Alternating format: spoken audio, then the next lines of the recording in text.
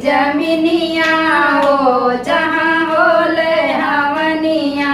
बड़ी भाग्यशाली जमीनिया हो जहाँ होले हवनिया। हवन का धुआं सुनी कृष्ण जी आईन, हवन का धुआं सुनी कृष्ण जी आईन। सतवा में राधा मैया हो जहाँ होले हवनिया। सतवा में राधा मैया हो जहाँ होले हवनिया। बड़ी भाग्यशाली जमीनिया हो जहाँ होले हवनिया। बड़ी भाग्यशाली जमीनिया हो जहाँ होले हवनिया। हमना का धुआं सुनी भोले जी आईन, हमना का धुआं सुनी भोले जी आईन। सतवा में गर्भवती रनिया हो जहाँ होले हवनिया। सतवा में गर्भरनिया हो जहाँ होले हवनिया। बड़ी भाग्यशाली जमीनिया हो जहाँ होले हवनिया। बड़ी भाग्यशाली जमीनिया हो जहाँ होले हवनिया।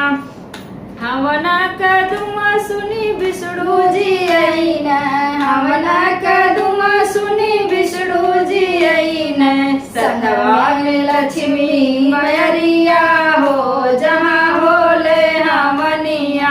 संगवा में लक्ष्मी मैया हो जहाँ होले हवनिया।